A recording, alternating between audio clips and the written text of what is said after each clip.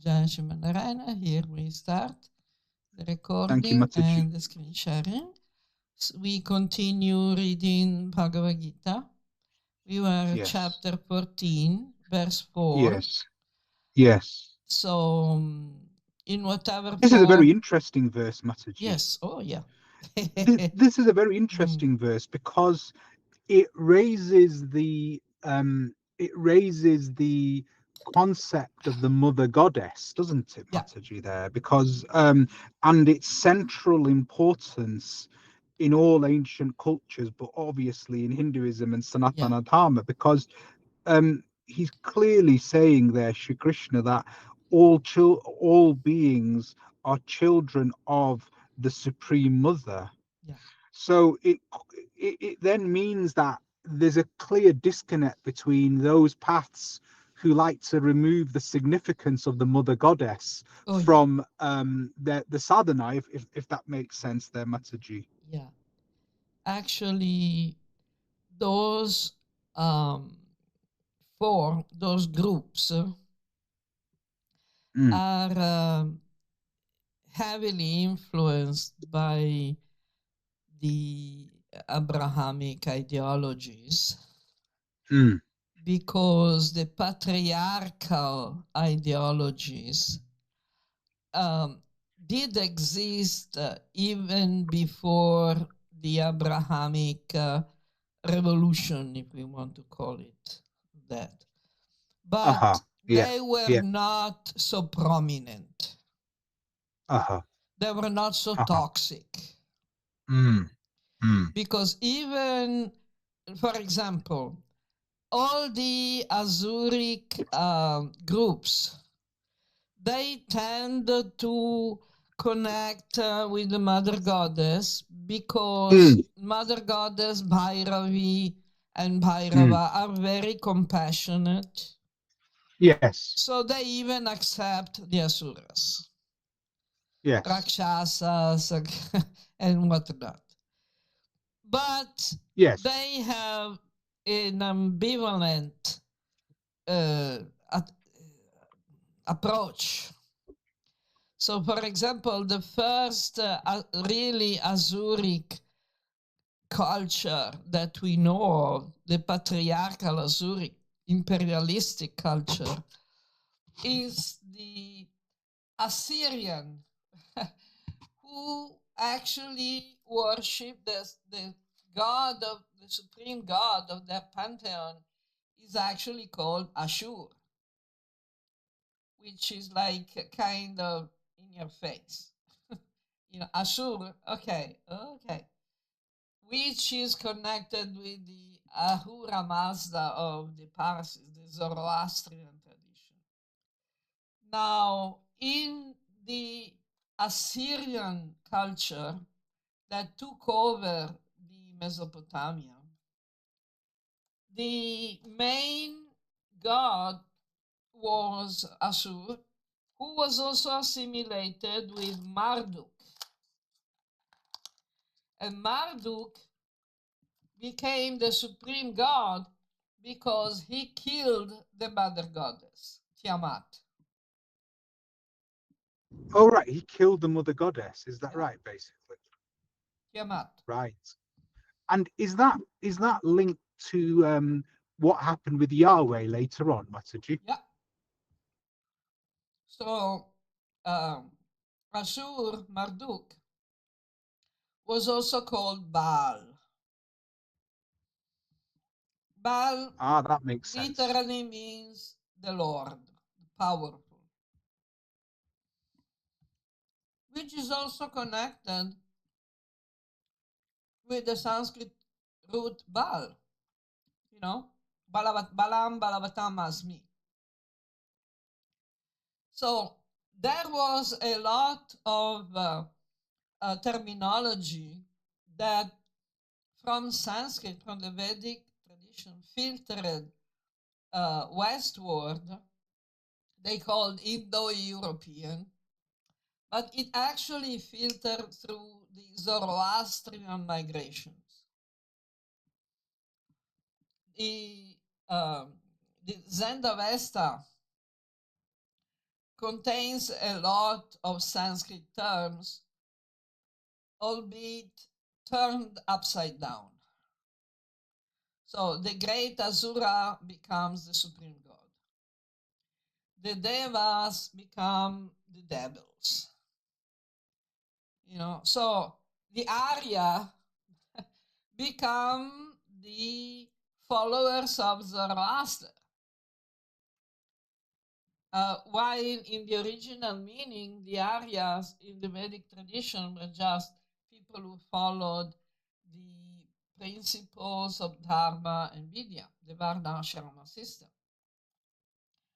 Also, Zarathustra and his descendants, ideological descendants, twisted the Varna system. So they put on the top of their social system not the Brahmanas, but the royal Kshatriyas. So the Brahmanas became the bards, the court poets, the skald, whose job was to glorify the king. Not to advise the king, but glorify the king. So they put the Kshatriyas in pole position, effectively, Mataji. Yeah. And then the middle class, which was supposed to be the Vaishyas, became the free men. And then under the Vaishyas, under the free men, instead of the Shudras, they got the slaves. So they introduced the slavery. Right.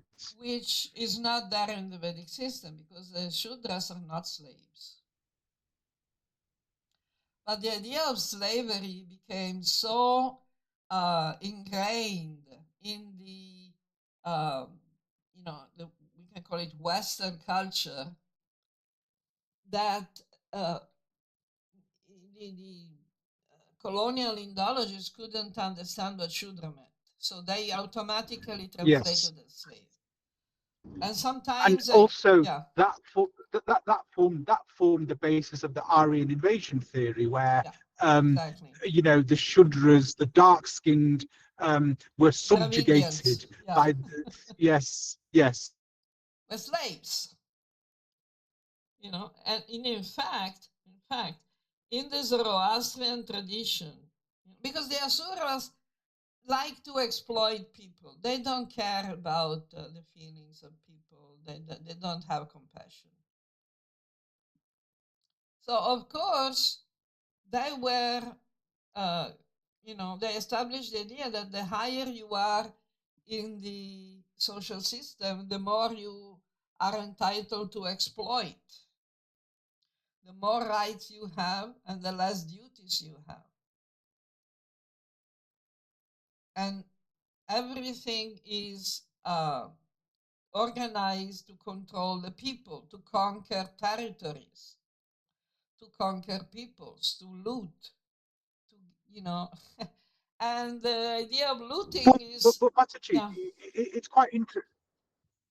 It's quite interesting because for me, these last few verses have highlighted the key importance of Prakriti, and therefore by default the mother goddess. So how how should that change one's sadhana? Because it really means that you can't really look at your sadhana without incorporating the divinity of the mother goddess, because surely that means that you have to incorporate the divine feminine, for lack of a better term, within your sadhana. It feels incomplete without that. Is that a fair take, Mataji? Yeah, okay.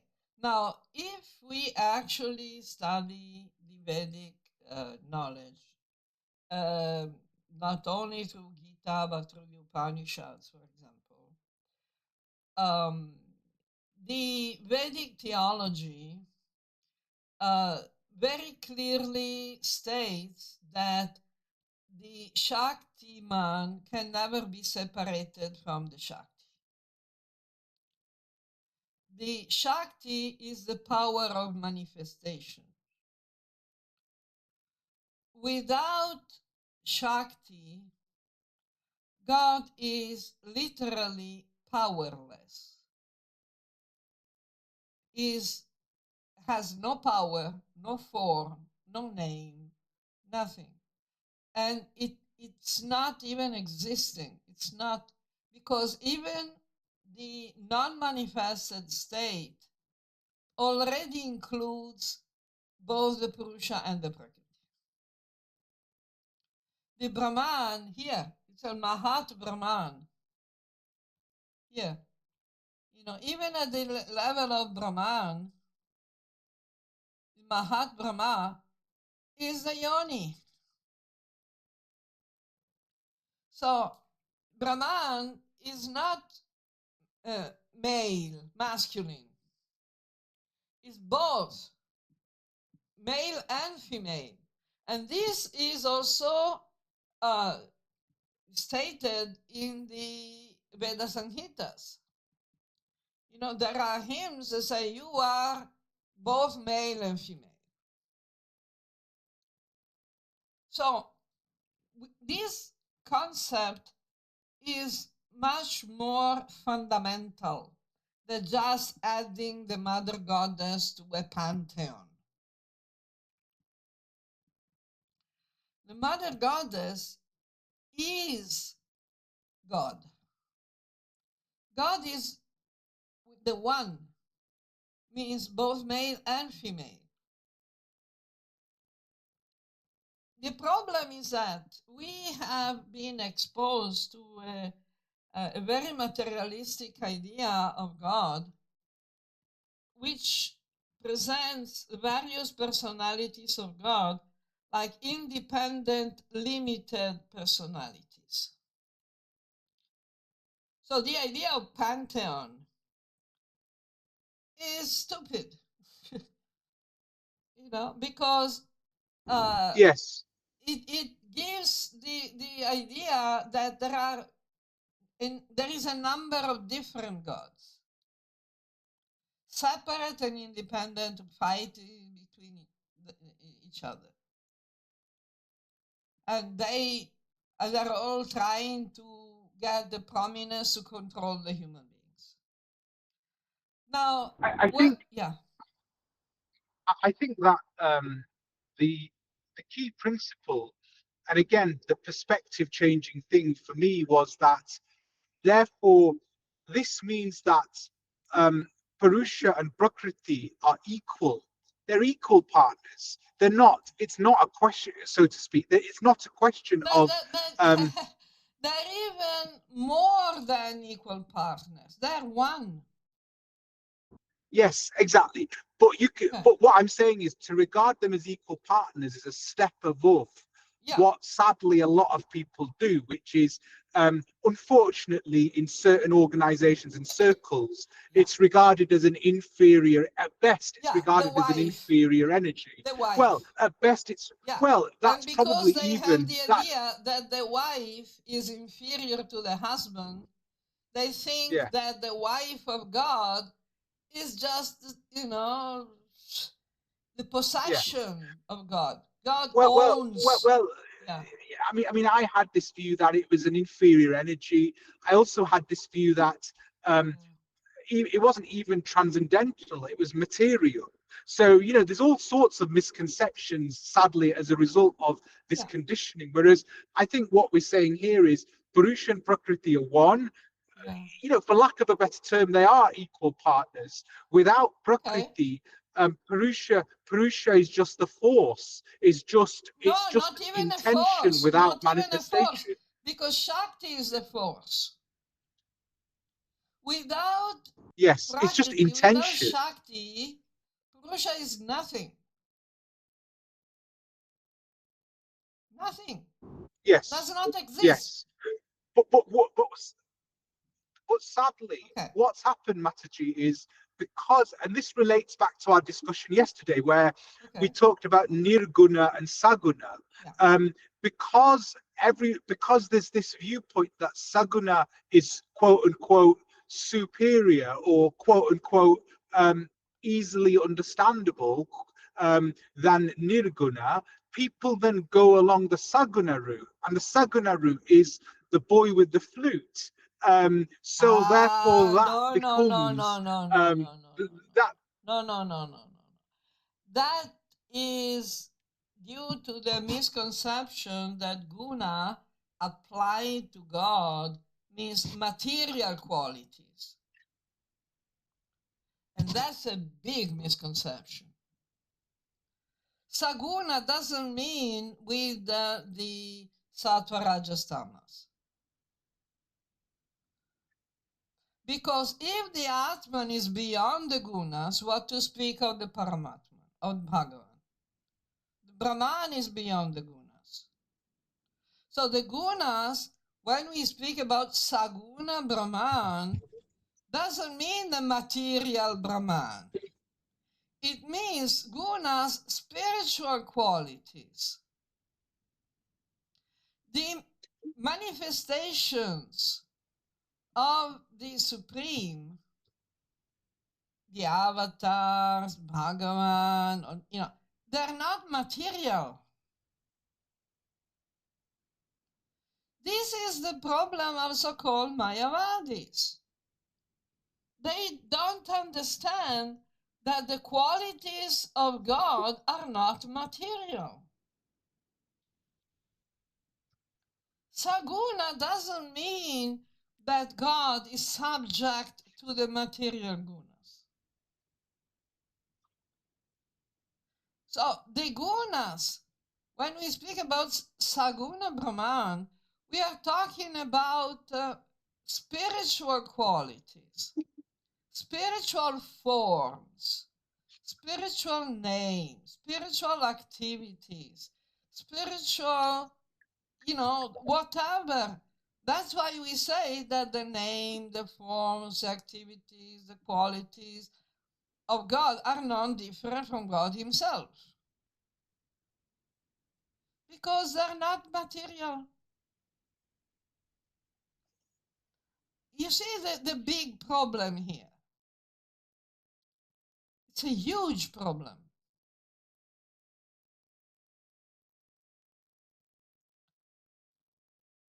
Okay. You're still alive. Okay. So yes. So Mataji, I think the problem here, the problem here is that most people think that the three gunas, sattva, rajas, and tamas, they are the only gunas, and they're material. So they have this misconception, if that makes sense. Just like they think that Maya can only be material. But Maya. Yes. Oh, I've heard that a million times. Maya. I've heard that a million times. Yeah. But that's exactly the problem of the real Mayavadis, because they think that Maya is only material and the gunas are only material. So whatever action of Yoga Maya, whatever form, whatever qualities, whatever activities, names, abode, everything around the manifestations of God must be material. That's why they think that Goloka Vrindavan is a place, that Vaikuntha is a place. Yes. But that's a big problem. That's what, you remember when Chaitanya went to talk with the sannyasis in the acharya, sannyasis, the mahanta, the leaders of the Madhva Sampradaya in Udupi. Chaitanya told them the only good thing in your Sampradaya is that you accept that Krishna's body is not material. Otherwise, you're all out of the, of the, you know, of a reasonable region. But the body of the avatar, the swamsa, the body of Krishna, Vishnu, Ram, is not material. So the qualities, when we speak about, we say guna nidhi, the ocean of qualities. What are we talking about? Nama, rupa, guna. What gunas are those? Material gunas? Of course not. So, Maya has two functions, Yoga Maya and Mahamaya. Yoga Maya, the manifestations of Yoga Maya are not material, they're transcendental. Yes, exactly. And it actually brings us nicely to the next few verses where Krishna talks of the gunas. Yeah. So I say, in whatever form or matrix they appear, all beings are children of the Supreme Mother, and I am the Father who gives the seed. So even our spiritual body, our Siddha Svarupa forms, are, children of Yoga Maya. And the consciousness, the perception, the Purusha principle is the Father that gives the seed, but it's not a material father. Because the material father is limited by one relationship only. But consciousness as a Purusha, as the Raso Vaisa, contains all the relationships, all the rasas. So that's why we can also have the Madhurya Rasa with Krishna, which is something that some people don't accept. Because Vishnu is the father. And is that, Mataji, because, and is that because, Mataji, that when you get to that dimension, which is beyond the fifth dimension, it has all, and again, people don't understand that. Yes. There are no limitations. And what people do, and that is actually the primary source, rather than the other way around, which is the material world is the primary source, which is we project our understanding of what father means based on our material family father, as opposed to the correct term, isn't it, Mataji? Definitely, precisely. Because it depends on our mentality. If our understanding, our consciousness is oriented towards the identification with the material elements, then Mahamaya prevents us from actually understanding, seeing the reality. It covers us. When we become, because when we direct our attention outside, we are called Bahirmukha.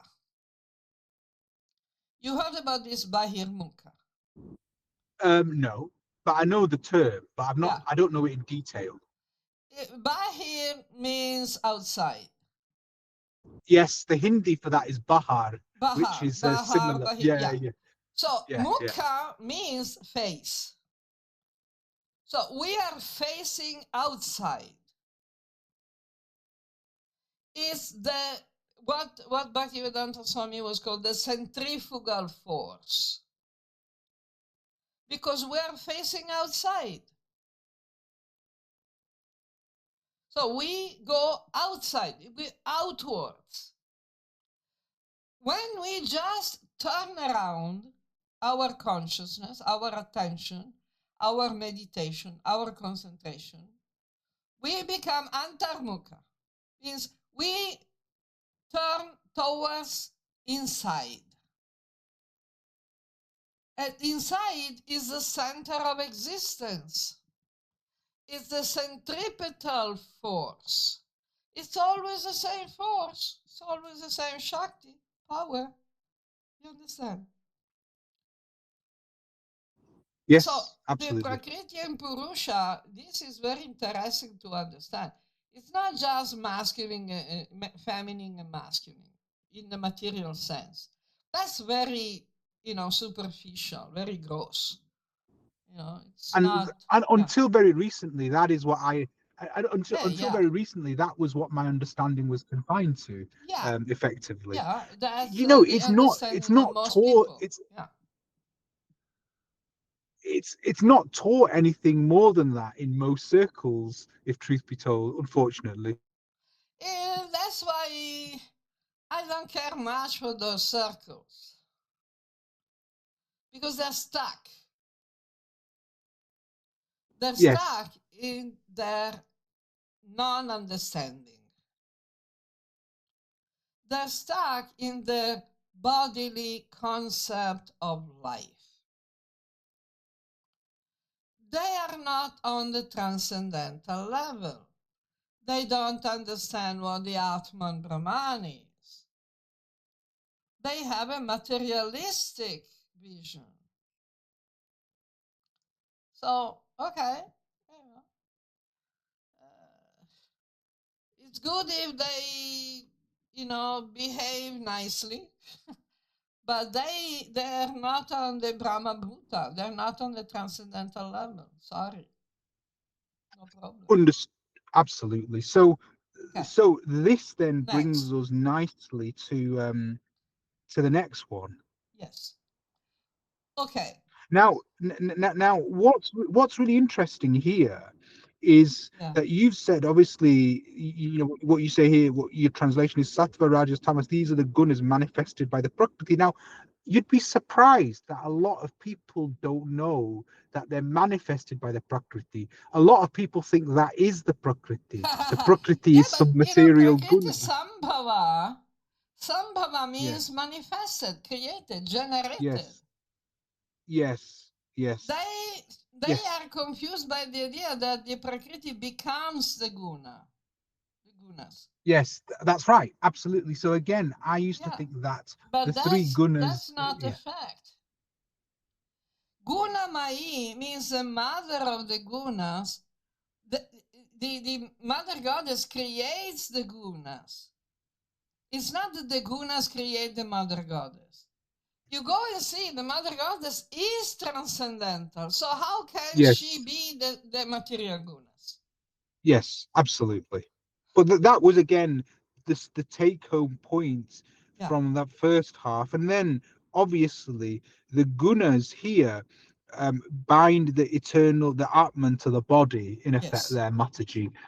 Now, in your discussions at other parts of the Gita, you've likened the mother goddess to, like, to the tiger whose jaws whose jaws Yes. can be a source of refuge for her cubs, Yeah. but it can rip apart a Yeah. prey. So you use that analogy. So um, is this the prey element where Yes. the Yes. gunas bind the eternal? Is that what Shri Krishna is trying Yeah. to The tell us tiger here, element. effectively? Yeah. Tiger element. No, because Yeah. no, I'll tell you why. Because the three gunas, and again, this is before we get into the discussion. I'll tell you my preconceptions. Okay. The three gunas, I used to have this. The three gunas are all negative. All three gunas are binding. Even sattva has negative traits. Even sattva guna Yes. has some form of binding Yes. This is true. element to This it. is true. Now, what's really interesting, but I had this view where, oh, I need to avoid anything rajasic or tamasic.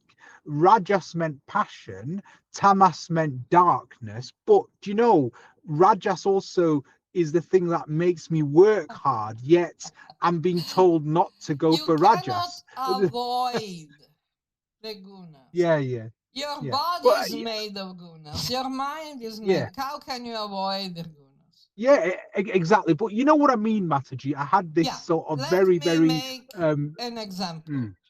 The word guna is also translated as rope. Yes. Okay, because they bind. Okay, now if you have a rope, you can use the rope to get out of the pit. Without the rope, you are stuck on the bottom of the pit. But the point is that the rope is not the end. The rope is a means. It's an instrument. If you remain attached to the rope, you're not going anywhere. Like the mind. Yeah. The mind and The intelligence. They're just like so, a ladder, a stair.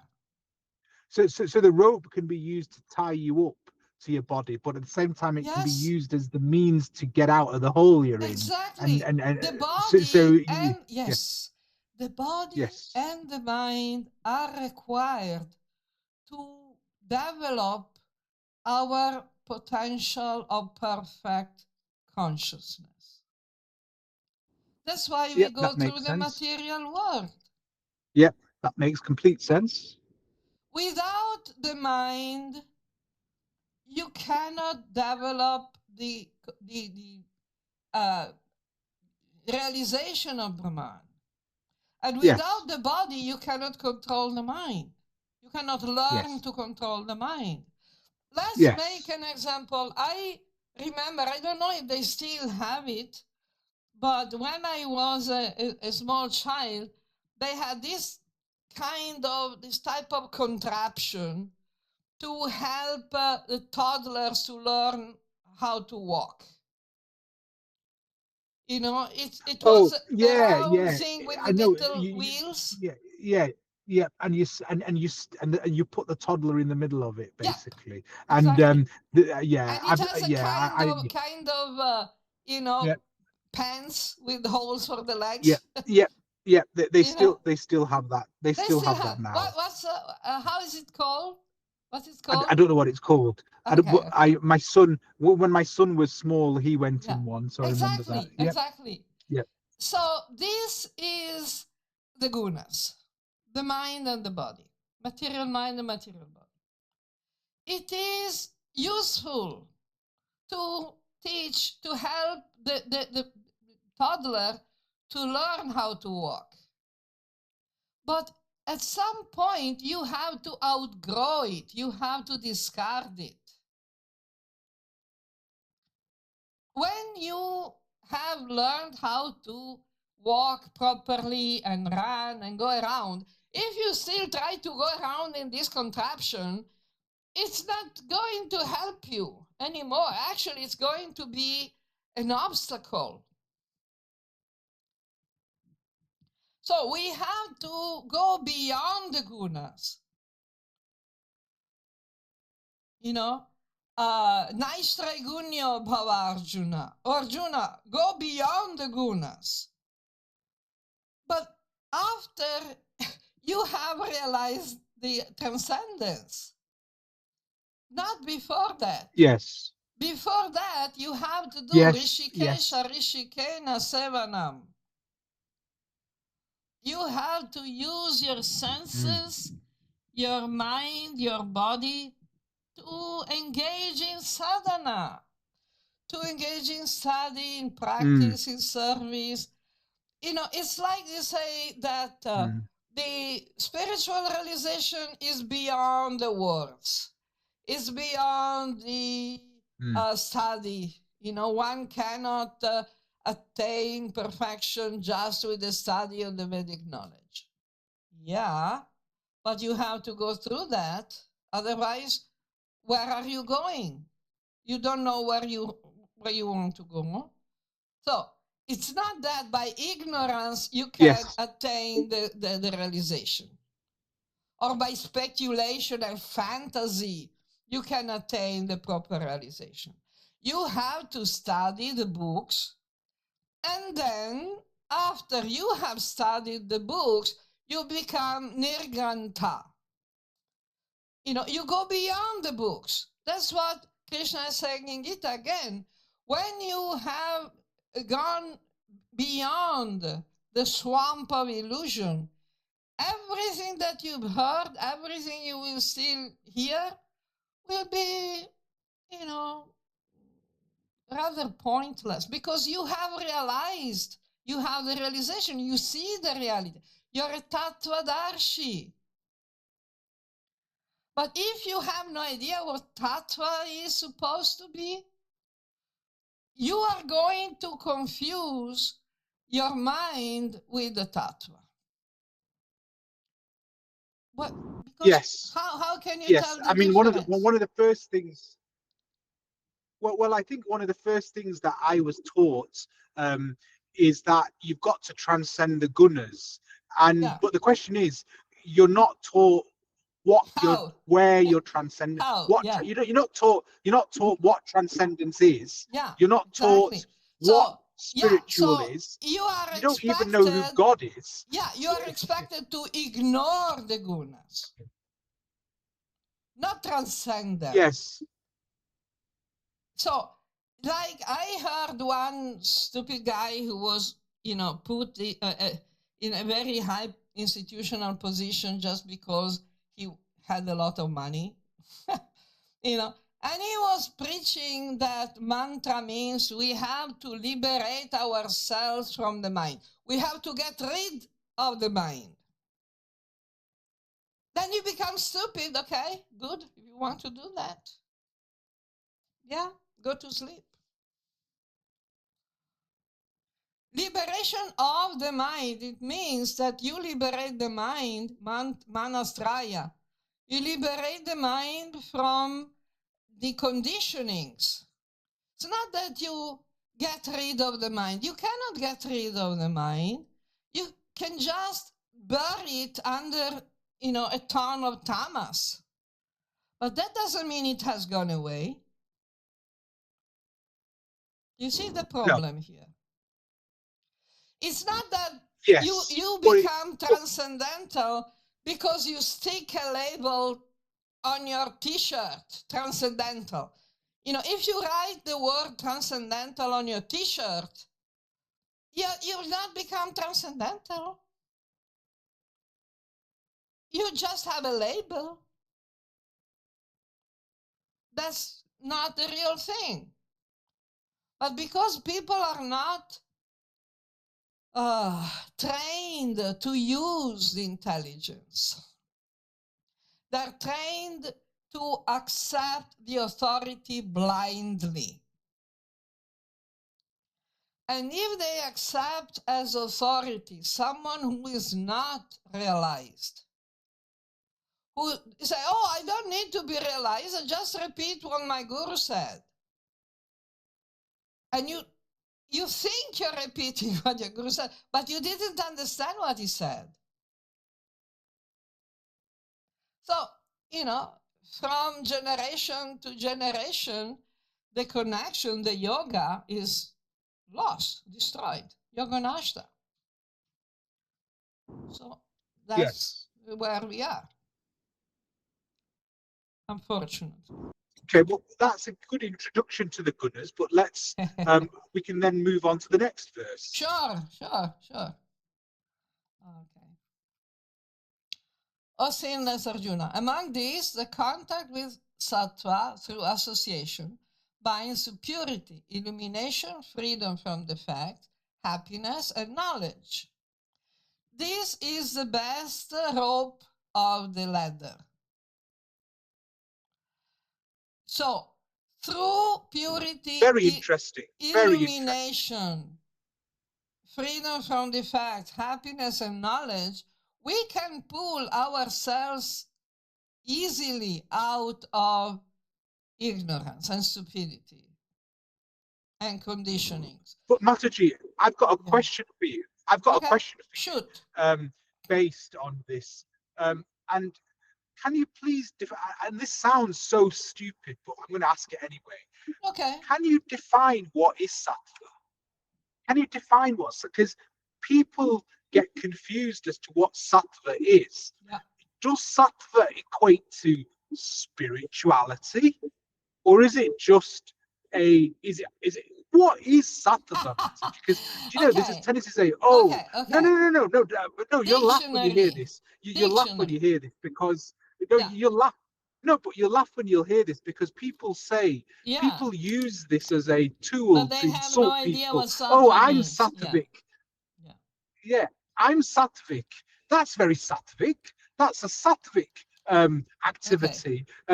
It then becomes a token sort of word. So I'd love to understand the meaning of the term. What is sattvic, if that makes sense, Mataji? Sure. Okay. Now, I was laughing because we need to expand our mind a little bit here. And we do that through the Sanskrit dictionary. The word sattva is, developed from the term sat. Just like tattva develops from tat. Om tat sat. Okay. So, sat means existence, eternity. But it also means good, beneficial, real, truthful, all the good things. Sat, asat. You remember that. Okay. So the meaning of Yes, sat is very big. Yeah. So asat. No, it's like sat. Yeah, sat. Yeah, it's like sat being eternal, sat being permanent, but also sat being good and virtuous, I guess, as well. Is that right, basically? Exactly. But virtuous, some people have a wrong idea of virtue. They think that virtue means being bigots, arrogant, Yes, self-righteous, holier than thou, selfish. and that's where the term virtuous anger comes from. Yeah. Righteous anger, virtuous anger. It gives them It depends. Because that again, the same idea of virtuous usually is equated with pious, which again is has accumulated a lot of bad semantic luggage, because piety in the Abrahamic mentality means to be very loyal to the religious authorities. Whatever the religious authorities say, if you behave exactly like they say, if you're blindly following them, then you're pious, then you're virtuous. If you criticize other people, you exploit other people, you despise or hate other people, you can still be virtuous and pious in their idea. Because you need to hate the pagans, that you need to hate, because God hates the infidels.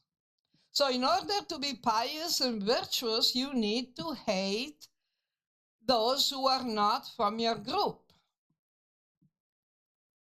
So the virtuous anger is still, within the reasonable level, but the virtuous hatred is not. Do you know, it's really interesting. Don't laugh at this, but okay. I read something from a Christian, not unsurprisingly, a Christian Sorry, I evangelist. Yeah. Yeah, exactly. Please, but you'll laugh even more. Okay. He basically justified his racism towards black Christians by saying fellowship in heaven, but not on earth. Yeah. I had They to think laugh they're at that being virtuous and because pious. And you know why? Because in the Bible, Noah cursed Canaan to be a slave of his brothers.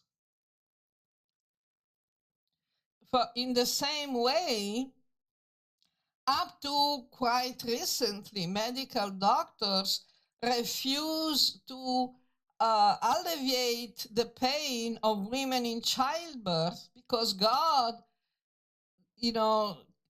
sentenced women to suffer in childbirth. And even before, during the Middle Ages, doctors were not supposed to treat illness because illness was the will of God. So God is punishing you. So why should we treat you? Why should we go against the will of God? And that they were thinking they were being pious and virtuous. yes.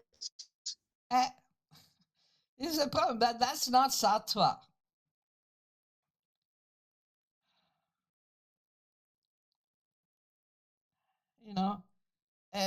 Because there is no compassion there. So purity can be interpreted in not willing to get your hands dirty to do the cleaning.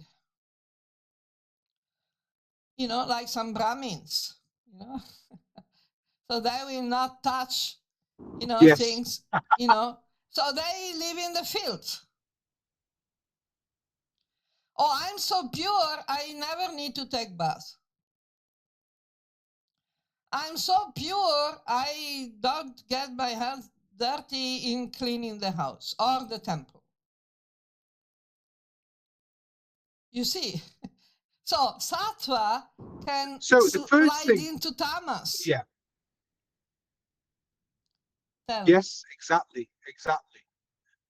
So, Mataji, would it therefore be fair to look at sattva, rajas, and tamas as you cannot avoid them in the day-to-day world? Yes. But what you can do is develop a mode of consciousness which is sattvic, yes, as opposed to avoiding rajasic and tamasic more things. More than that, Biswajit. We need to use the gunas without remain attached to them. We need to use the rope to get out, not to remain attached to the rope. That's important. That's the attachment. The problem is the attachment. We don't need to avoid the gunas. Yeah. So my point is, Mataji, that if somebody uses the rajasic guna to have that energy to build a temple, doing his or her work, we need using the gunas for a positive. We need to. But Mataji, what about tamas then? But what about tamas? Where does that fit in the scheme of things? It fits in how do you use tamas? Okay, when Krishna in Gita says that someone who is moderate in work and rest can practice yoga. We need to rest. When we go to sleep, we use tamas. That's tamasic. Yeah. Yeah, exactly. So going to bed at 10 o'clock at night is using tamas in a positive way. But without not remaining being attached going to but lying in until 11 o'clock every day is using tamas in a bad way, isn't it, Mataji? Is that right, basically? If you remain attached, you develop an attachment, a conditioning. That attachment or conditioning is the problem. Because you cannot do anything else. You're wasting energy. You're wasting time. You're being in tamas. You remain attached to tamas. Again, a guna is a rope. Tamas is the kind of rope that you bind around your waist so that if you fall, you're not going to smash your bones at the bottom of the pit. So that you can actually stop and rest, and the rope will keep you from falling. But that doesn't mean that you can, stay there forever.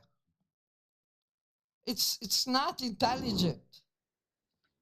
And similarly, Mataji, there are challenges with being attached to sattva, because I've seen that play out a lot, where people develop this holier than thou attitude, and people think that, so and so is beneath me. And that is also, not there's sattva even anymore. That slides into and also, tamas. Mataji, but there's also another aspect where people think that a sattvic activity equates to spirituality and progress, so that if I sit at home all day long meditating without doing my daily work. They confuse, wait. Yeah. They confuse meditating and sitting. Because you are supposed to meditate even while walking and working and eating and doing everything, like Krishna says. Whether when he opens and closes his eyes and walks, works, whatever, the realized soul is always conscious that only the body and the mind are engaged in these activities. Guna guneshu vartante. The gunas must be engaged in the gunas. Meditation is not conditioned by the gunas. Sitting is. So they think that by sitting and not doing anything, they're meditating. Nope. I want to see their consciousness. You know the story of the blue jackal? No? Oh, I think it's in one of the Panchatantra stories, something like that. It's quite a popular story. So the jackal was going around jackaling, doing his thing, jackaling. And at some point, he went into a village and, someone started to, try to beat him, so he ran away. And while running, he fell into a vat or coloring dye, blue color, indigo. Okay. So he fell into this. Oh, I've heard this story. I love it. Yes. You know the story. So, it came out of the dying vat. It was carry on. blue. Yeah, please carry on. Yeah. So when everyone, he went back into the forest and people say, oh, he's blue. He must be an avatar of Vishnu. He's special. Yeah. It's so special. So everybody was, all the animals were worshiping him. And the jackal was very clever. He was pretending that he was meditating all the time. Then at some point, someone dropped the bone. So the jackal jumped off his Vyasasana to get the bone. So it's not that because someone is sitting on a Vyasasana, that means they're meditating. I want to see what's in his mind. And what is in someone's mind, you can see when he talks and what he does, how he relates to people, the choices he makes.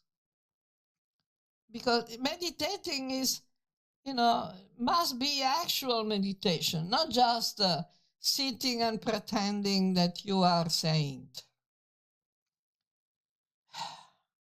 That's why tamas, sattva and tamas, sattva can slide into tamas. Like we said before, I'm so pure, I'm so clean, I don't need to take a bath, ever. What do you get? You get total tamas. Right?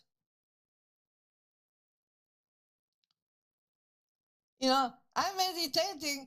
Half of the people who think they're meditating, they're just sleeping.